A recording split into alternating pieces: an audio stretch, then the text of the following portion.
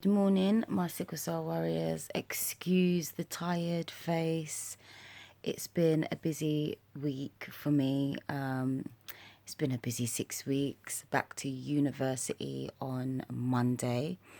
So I'm literally organising myself. The children have been back at school for 2 weeks now. So I've been able to get some things done, sort out the house. So I'm ready for university next week and get back to it. So I've been enjoying the break with the children and the family and my partner. So now it's time to get back to reality. And today, a friend of mine called Tanya shared an article about the first person to have their sickle cell blood disorder removed via surgery. And that's something that I have never wanted to do or really agreed with to a certain extent because, one, we don't know the effects of what's going to happen to these sickle cell sufferers after they have this operation, because it's all new. So it's something I'm definitely keeping an eye on as a sickle cell sufferer myself. And I'm sure many of you other sickle cell warriors are keeping an eye on that too. But my thoughts and feelings behind this, it disturbs me. It really does disturb me because I've always known that my sickle cell allows me to be able to travel to warmer continents and not feel scared to catch malaria. Because if you have sickle cell, because our cells are the shape that they are, we cannot contract malaria. We cannot contract a lot of bacterias from insect bites and animals because our blood cells are sickle shaped, and these bacteria cannot cling onto our blood cells and travel around our body and cause disease. So that mutation that our sickle cell warriors received through our bloodline at some point during our human existence was, I believe, an ordained thing by the Creator Most High, because obviously at a point malaria got so bad that it was killing off the population, and somehow our genes mutated to create sickled blood cells, which makes us immune from malaria. We may get a fever, and that's about it, but our body literally cleanses itself of malaria by itself without drugs and without killing us. So I see that as a blessing, and I see that as something that we shouldn't run away from or hide. And one thing that has continuously upset me, annoyed me, and made me become Miss Most High Foods and Miss CMOS Jelly producer is because we as sickle cell warriors, we are not taught how to look after ourselves, how to look after our blood. We're not taught about when we go through puberty. That also exacerbates how our sickle cell anemia affects us. So if we're not taught these things, of course we're going to suffer with our sickle cell immensely. We're also going to rely on medications that doctors give us, because these same doctors do not investigate the root causes of sickle cell and how we can treat it without medication, without anything intrusive, without anything that is going to cause other issues. Now, any medication I have been given as a sickle cell warrior has caused other complications in my body. I've been given so many different medications and had bad reactions to them that I've had to stop them. Some of them I felt could have induced death if I kept taking them. But because the doctors don't understand our blood disorder, it's an experimental thing. It's a lot of touch and go and a a lot of try this medication and this medication, and then down the line see if it has adverse effects with our sicklers before they say no, we can't give you that medication, or no, that medication is not for a sickle cell sufferer. So there has been sickle cell warriors that have died from certain medications and treatment because doctors and hospitals don't fully understand our blood. So as much as they're trying to help us with our blood disorder, it's also kind of dangerous if you don't know what you're doing, because I've nearly died numerous times in hospital through wrong medication, lack of understanding of my personal needs, because not every sickle cell sufferer is the same. One medication may work for another, but not for me. It may make my heart rate go up too high and make my heart go kaput. Do you know, there's so many different factors when it comes to our blood disorder. So this is why I decided to become a nutritionist, because I knew that there's got to be another way of us to stay healthy, keep our blood healthy, and be able to live a normal life without having medications that only put a blanket over the issue, but then create other issues. Like I used to take codeine. It's a small little white pill, very tiny, very powerful painkiller. And I was taking that medication for a while, but I was also getting very ill, very bad stomach pains, very bad cramping, and sometimes difficulty and bleeding when I was going to the toilet, until I realized that it's every time I took this medication, this would happen. My belly would hurt, bad constipation, etc. And it wasn't till I had a crisis, and also it felt like someone was blowing a balloon in my back passage, like a load of air was building up there, and it felt like my stomach was about to explode, as well as going through this sickle cell crisis in my legs. And I thought I was going to die. And that's when I realized, and the doctors realized, that I was allergic to cordamol, and the codeine in those tablets were not helping me at all. I was having an adverse effect in my intestines to this medication. So now I'm aware of it, and my doctors are aware of it. They don't prescribe it to me anymore, but it took me to go through that pain before the doctors knew that I was allergic to it. So this is why I say sickle cell anemia, when you deal with it within the medical framework, it is a touch and go and a experimental, let's see if this works kind of theory. And this is why I decided to become a nutritionist, and this is why I decided to set up Most High Foods and have a page on Instagram and Facebook. So because I do realize that a lot of people find it hard to look at themselves, look at their health and how they look after themselves.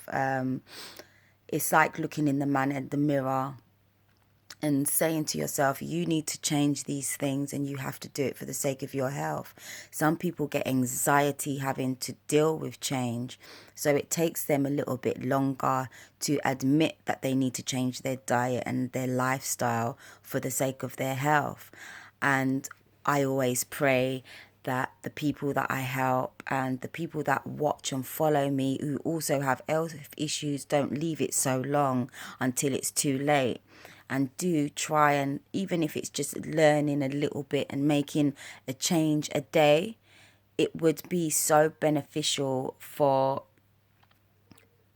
the population of sickle cell sufferers.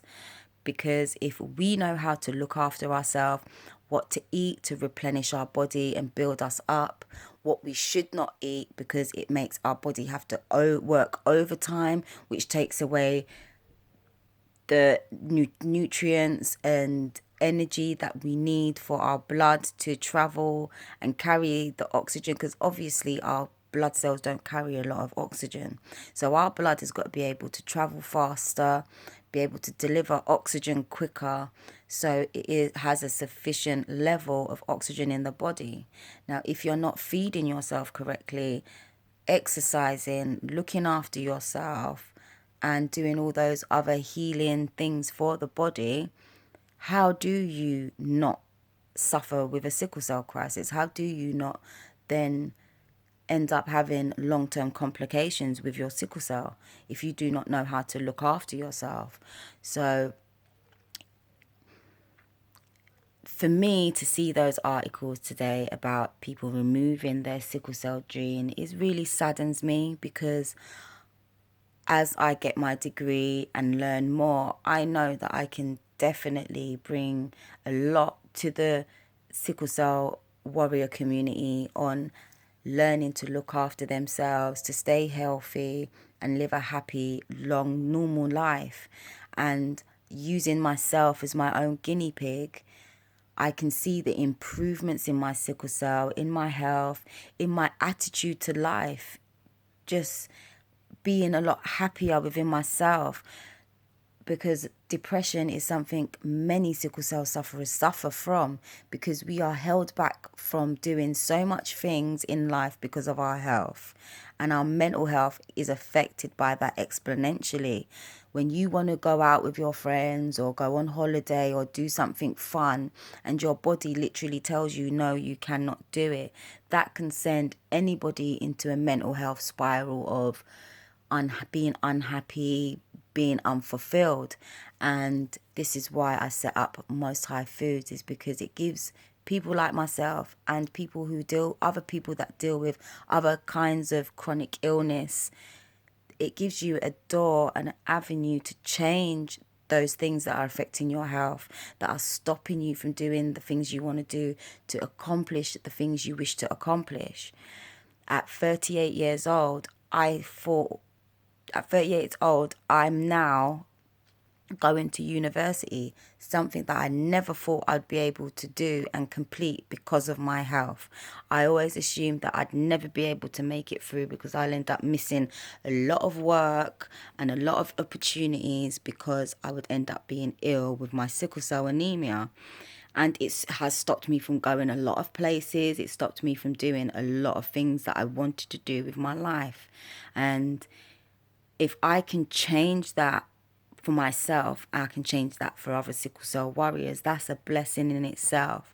I just pray and hope that everyone doesn't jump on the bandwagon and remove their sickle cell gene, because I feel that I am living proof, and I am aiming to share that living proof with many people in a scientific, loving and informative way, so other sickle cell warriors, other people with chronic disease can learn how to look after themselves and have the knowledge and know-how to look after themselves.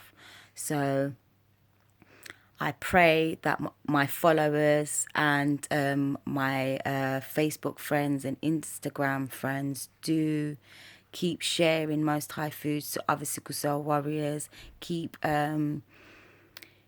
holding that torch that we shouldn't have to rely on chemicals and being cut open and having things removed and added. We can look after ourselves naturally and holistically, and I feel I am living proof that it can be done. I've not been admitted into hospital and had IV morphine in 4 years. I've not had a major crisis to feel the need to go to hospital in 4 years. So it can be done. Yes, I still feel tired sometimes because I overdo it. Yes, I get twinges in my body, but I'm not taking harsh medication regularly. I know how to look after my body. I'm looking a lot healthier. I'm feeling a lot healthier. I'm being able to do a lot more with my life and my time and my family. And it's been a blessing in my children's eyes, my partner's eyes, my friends' eyes, to see my health improve, to see me be able to now help other people understand their sickle cell. So please keep sharing, my friends and family and followers, because if we as a community pull together and educate one another on healing in a loving, holistic way that I believe the Creator has ordained for all us sickle cell warriors to live a healthy life. We just need to know how to look after ourselves. I believe my blood is ordained by God. That mutation did not come out of nowhere. We obviously, if you look back in history, our population dipped dramatically due to malaria. I would not like the times to change and we end up back down there. It's possible. We don't know a lot of the history of our planet because we're not shared this information. So how do we know that in some time in the future we have an epidemic of malaria again? And I think my blood will help me and my family get through something like that if it was to happen again. So I would never like to remove that gene that the Creator blessed me with. So each to their own, and I can understand fully why someone would opt for having an operation, because if you don't know how to look after yourself, sickle cell can really beat you up emotionally, physically and mentally. And sometimes the most drastic the most drastic, way of dealing with it could be someone's golden ticket, which is very sad, but it also makes me aware that there is a need for Most High foods. There is a need for what I do, because people's understanding of their body and their health and their sickle cell is needed.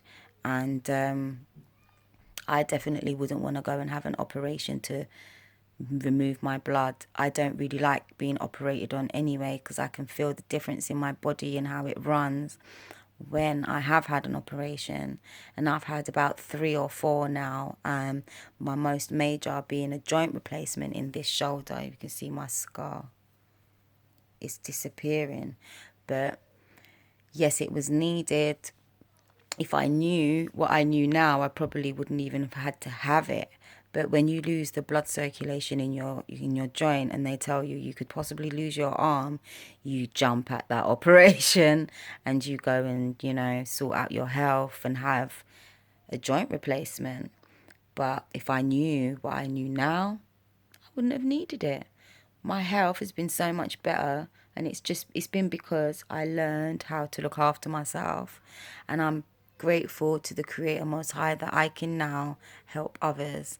And I just wish many people would not feel the fear of learning it, and not feel the fear of change, and grasp hold of the help that is out there, because I'm not the only one who does holistic health and nutrition. If people don't feel comfortable working with me, there's other people you can work with. I would just advise someone with sickle cell to pick someone who's also aware of the blood disorder, because sickle cell is one technical blood disease and me and my brother both have it, but we are totally different in how we're treated. He takes medications that I don't take. He doesn't need to take some medications. So it's just proof on knowing thyself, knowing how to look after yourself. And if I can help as many sickle cell warriors to learn how to do that and then rely less on medication, that's the goal, that's the dream. And the more help people I can help spread that awareness, and then they in turn teach their family with the blood disorder and their children about it, the less we will see deaths of people with sickle cell at a young age, because it usually is at prime of life sickle cell warriors pass away. So if I can change that naturally and give sickle cell warriors an option and an opportunity to stay healthy without an operation, that's what I strive for. That's what I aim for. But I better be off and get my daughter ready. She has a play date today. So I hope all you sickle cell warriors are well and staying hydrated, eating well, looking after yourself, wrapping up warm when needs be, And when it's hot, please make sure you're well hydrated. Eat your fluid too. Have a great day. Bye.